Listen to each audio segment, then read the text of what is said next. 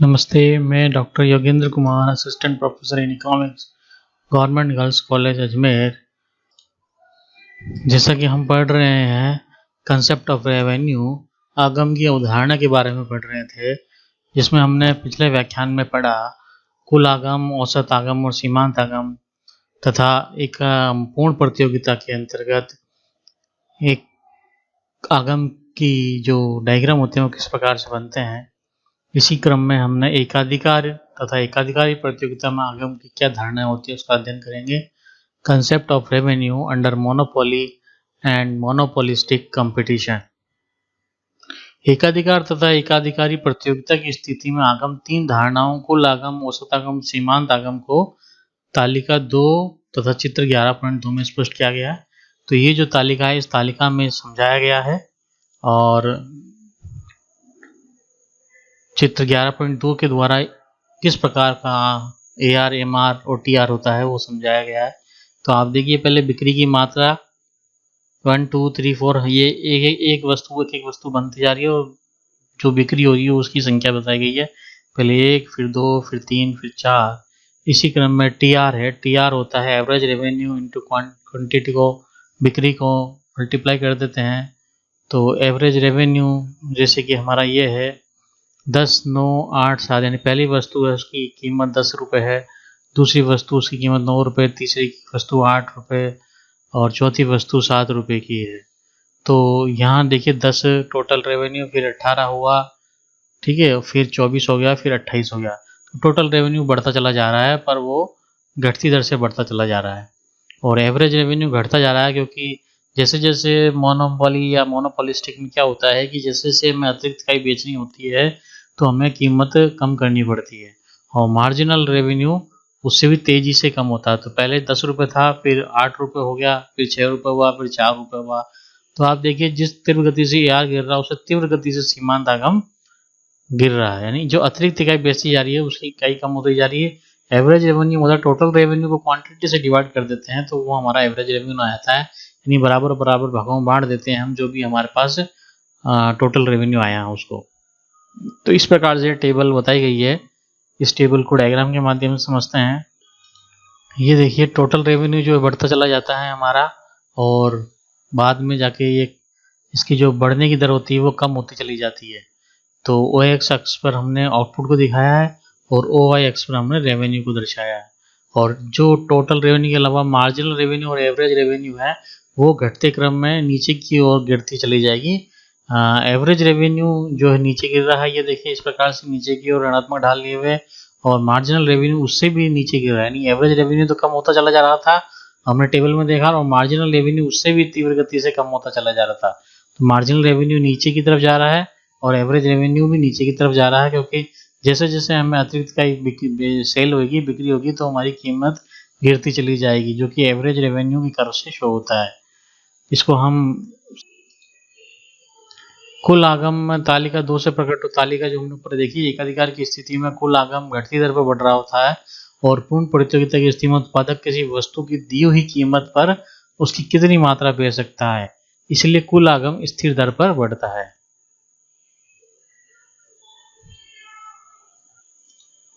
इसलिए कुल आगम स्थिर दर पर बढ़ता है, परंतु एकाधिकार या एकाधिकारी प्रतियोगिता के अंतर्गत उत्पादक किसी वस्तु की अधिक मात्रा को कीमत कम करके ही बेच सकता है। जैसा कि हमने बताया AR MR नीचे गिर रहा है तो उसमें क्या होता है कि कीमत को कम करके ही बेच सकता है।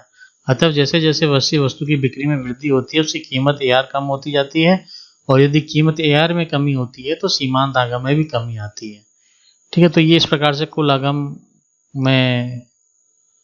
आगम को प्रकट करता है। ठीक है, घटते सीमांत आगम से विपरीत है कि कुल आगम घटती दर पर बढ़ रहा है। घटते सीमांत आगम, जो सीमांत आगम का डायग्राम हमने देखा नीचे की ओर गिरता हुआ, और आगामी घटती दर पर बढ़ रहा है और घटते औसत आगम से विपरीत सीमांत आगम उससे तेजी से घट रहा है। अब बात करते हैं औसत आगम की। एकाधिकार या एकाधिकारी प्रतियोगिता की स्थिति में औसत आगम किसी वस्तु की बिक्री में वृद्धि होने पर कम होती जाती है। ठीक है, तो जैसे जैसे वस्तु की बिक्री में वृद्धि होने पर कम होती चली जाती है क्योंकि जो अतिरिक्त इकाई बेच रहे हैं हम उसकी कीमत कम होकर बिक रही है। जब एकाधिकारी 1 क्विंटल गेहूं बेच रहा था तो कीमत 10 रुपये है और 2 क्विंटल बेचने पर कीमत कम होकर 9 रुपये हो जाती है और 3 क्विंटल बेचने पर 8 रुपये हो जाती है। इसका कारण ये है कि एक अधिकारी वस्तु की कीमत तथा बिक्री की मात्रा दोनों को नियंत्रित नहीं कर सकता, वे कीमत में कमी करके ही वस्तु की अधिक मात्रा बेच सकता है। आगे बात करते हैं सीमांत आगम की। सीमांत आगम में होता है एकाधिकार या एकाधिकारी प्रतियोगिता की स्थिति में सीमांत आगम कम होता चला जाता है। जब एकाधिकारी 2 क्विंटल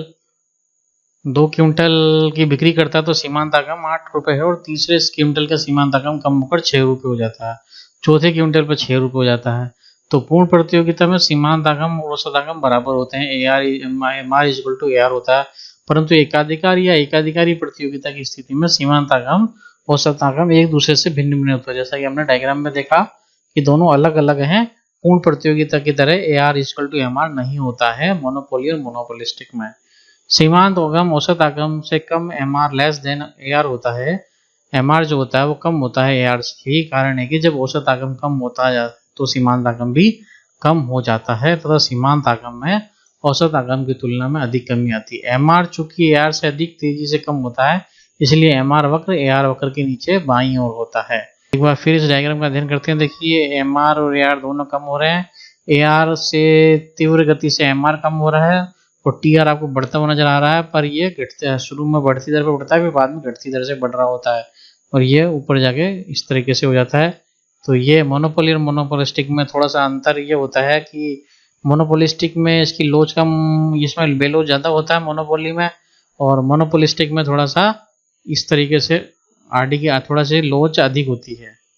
ये जो है क्या होता है, एकाधिकार तथा एकाधिकारी प्रतियोगिता दोनों में ही AR वक्र का ढलान नीचे की ओर होता है, परंतु एकाधिकारी जो मोनोपोलिस्टिक होता है उसमें ये अधिक लोचदार होता है। इसका कारण ये है कि एकाधिकार में निकटतम प्रतिस्थापन नहीं होते हैं। मोनोपोली जो होती है एकाधिकार उसमें निकटतम प्रतिस्थापन नहीं होते हैं, जबकि मोनोपोलिस्टिक यानी एकाधिकारी प्रतियोगिता में वस्तु के कई निकट प्रतिस्थापन होते हैं, इसलिए उसमें लोच अधिक होती है और एकाधिकार में लोच कम होती है। अब बात करते हैं हम एकाधिकार में रेक्टेंगुलर हाइपरबोला औसत आय वक्र की। रेक्टेंगुलर हाइपरबोला जो होता है कर्व अंडर मोनोपोली, क्या होता है कि जो केवल एकाधिकार की बात करें, एकाधिकार में ऐसी स्थिति हो सकती है। एकाधिकार में रेक्टेंगुलर हाइपरबोला भी हो सकता है आय वक्र जो होता है वो। तो इसमें होता है शुद्ध एकाधिकार की अवस्था में उत्पादक इतना शक्तिशाली हो सकता है कि वे अपने उत्पादन के प्रत्येक स्तर को बेचकर उपभोक्ता की समस्त सीमित आय प्राप्त कर लेता है। इस अवस्था में औसत आय रेखा रेक्टेंगुलर हाइपरबोला होती है। अर्थात एकाधिकार में जो AR कर्व होता है वो रेक्टेंगुलर हाइपरबोला भी हो सकता है। इसका अर्थ ये है कि एकाधिकारी वस्तु की कोई भी कीमत क्यों ना निश्चित कर ले, उसकी बिक्री से प्राप्त होने वाली कुल आय समान रहेगी। इसीलिए औसत आय वक्र के प्रत्येक बिंदु के नीचा वाला क्षेत्रफल एक दूसरे के बराबर होता है, जबकि कुल आय स्थिर होती है तो सीमांत आय शून्य होती है। इसलिए सीमांत आय रेखा MR कर्व OS अक्ष के द्वारा प्रकट की जाएगी। चित्र 11.3 से ज्ञात होता है कि AR वक्र रेक्टेंगुलर हाइपरबोला है। इसको डायग्राम के माध्यम से ये जो बात कर रहे हैं हम रेक्टेंगुलर हाइपरबोला की AR कर्व इस प्रकार से होता है और ये रेक्टेंगल बनाते हुए चलता है। इसके प्रत्येक बिंदु पर जब हम देखेंगे तो ये रेक्टेंगल बनाएगा इस प्रकार से। इसलिए यदि सवाल पूछा जाता है कई बार कॉम्पिटिटिव एग्जाम में कि AR वक्र रेक्टेंगुलर हाइपरबोला बना सकता है तो वो कौन सी स्थिति में बनाएगा, एकाधिकार की स्थिति में बना सकता है। तो रेक्टेंगुलर हाइपरबोला इस प्रकार से। एक और महत्वपूर्ण तथ्य जो है वो हम इस डायग्राम के माध्यम से बताएंगे कि मांग की लोच और आगम की जो रेखाएं होती है उनके बीच क्या संबंध होता है। तो इसे आप समझिए कि मांग की लोच जैसे AR कर्व ये जा रहा हमारा डॉटेड लाइन से, AR कर्व ये हो गया और ये हमारा MR वक्र हो गया। ठीक है, अब ये MR वक्र यहाँ जहाँ छुएगा तो वहाँ जीरो यानी कि जीरो हो गया, हमारा मार्जिनल रेवेन्यू जीरो हो गया।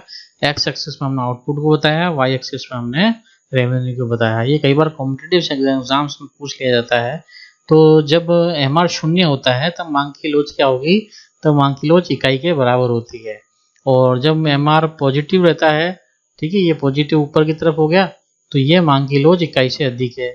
और जब नेगेटिव हो जाता है MR या जीरो से भी आगे चले जाएगा यानी नेगेटिव में नीचे की ओर चला जाएगा तो मांग की लोच इकाई के बराबर होती है। तो कई बार ये सवाल पूछ लिया जाता है कि M R is equal to 0, तो ई जो है मांग की लोच है वो क्या होगी, तो मांग की लोच इकाई के बराबर होगी। ठीक है, इसी प्रकार से ई इज ग्रेटर देन 1 कब होगा, जब एम आर पॉजिटिव रहता है, और ई इज लेस देन 1 का 1 मैंने मांग की लोच इकाई से कम कब होगी, जब एम आर शून्य नेगेटिव हो जाता है। तो ये संबंध को कई बार पूछ लिया जाता है, तो इस संबंध को हमें बताना होगा। ये जो औसत आगम वक्र होता है, औसत आगम वक्र ही मांग वक्र होता है, जो कि क्या बताता है, हमें बताता है कि किस दिशा में फर्म जो है कीमत में किस दिशा में परिवर्तन हो रहा है। ये जो हमने डायग्राम अभी समझा उसको हम इस तरीके से समझे, मांग की लोच अनंत होती है तो पड़ी मांग रेखा अर्थात सीमांत आगम औसत आगम के बराबर होता है। तो क्या होता है कि M R is equal to R E D demand of elasticity demand minus 1 और is equal to 1/1 minus E D. तो मांग की लोच जो अनंत है वो समीकरण लगाने पे क्या हो जाएगा 1, ये मांग की लोच की जगह हम वो रखेंगे, तो मांग की लोच इन्फिनिटी है, तो 1 माइनस जो A R is equal to price. तो इस प्रकार से चाहिए क्या होता है कि डायग्राम जो हमने देखा था ये वाला पॉइंट होगा जिसमें इलास्टिसिटी इन्फिनिटी होगी इस पॉइंट पे, तो यहाँ मांग ए आर और एम आर दोनों बराबर हैं, तो इन्फिनिटी पे ए आर एम आर दोनों बराबर होंगे। दूसरा पॉइंट, जब मांग की लोच इकाई होती है, जैसे कि हमने डायग्राम देखा, तो सीमांत आगम शून्य होता है। तो मांग की लोच जैसे कि ये हमारा फॉर्मूला 1 माइनस 1 अपॉन ई डी, तो इलास्टिसिटी ऑफ डिमांड 1 है, तो हमारी ए आर मल्टीप्लाई होगी 0 से और 0 हो जाएगा। तो एम आर जब क्या होता है, एम आर जब मांग की लोच इकाई एक होती है, ये मांग की लोच इकाई एक रखी है हमने इधर, तो हमारा एम आर क्या होता है, मार्जिनल सीमांत आगम शून्य होता है। ठीक इसी प्रकार जब मांग की लोच इकाई से अधिक लोजा होती है तो सीमांत आगम धनात्मक होता है, जैसे डायग्राम में बताया गया है कि जब मान लीजिए ये इलास्टिक डिमांड 3 है, यानी कि 1 से अधिक है, मांग की लोच इकाई से अधिक है, तो हमारे पास क्या आया, एम आर 2/3 आया, तो यानी धनात्मक आया है। तो मुख्य बात क्या है कि जब मांग की लोच इकाई से अधिक यानी लोजर मांग होती है तो सीमांत आगम धनात्मक होता है, जैसे कि हमने डायग्राम में भी समझा था। When elasticity of demand is greater than unit rate elastic demand marginal revenue is positive. Next, जब मांग की लोच इकाई से कम या बेलुजर होती है तो सीमांत आगम ऋणात्मक होता है। तो मांग की लोच इकाई से कम होगी, इकाई से कम यानी कि ये देखिए हाफ 1/2 यानी 0.5 है, तो 0.5 है तो माइनस ये क्या हो गया, मार्जिनल रेवेन्यू भी नेगेटिव हो गया। तो ये जो सब चीजें हैं हमने इसको हम एक बार फिर से डायग्राम में देख लेते हैं, क्योंकि हमने इनको सब में वैल्यू पुट करके देखी है। तो जब इन्फिनिटी होता है तो दोनों बराबर होते हैं एम आर आर, जब ये इलास्टिसिटी इज ग्रेटर देन 1 होती है तो ये पॉजिटिव होता है, यानी एम आर जब पॉजिटिव हो इलास्टिसिटी ग्रेटर देन 1 होती है तो हमारा एम आर पॉजिटिव रहता है। जब ये 0 होता है तो इलास्टिसिटी 1 के बराबर हो जाती है, और जब एम आर हमारा 1 से कम होता है तो हमारी एम आर नेगेटिव हो जाती है। तो ये बहुत ही इंपॉर्टेंट पॉइंट है कॉम्पिटिटिव एग्जाम के हिसाब से। धन्यवाद।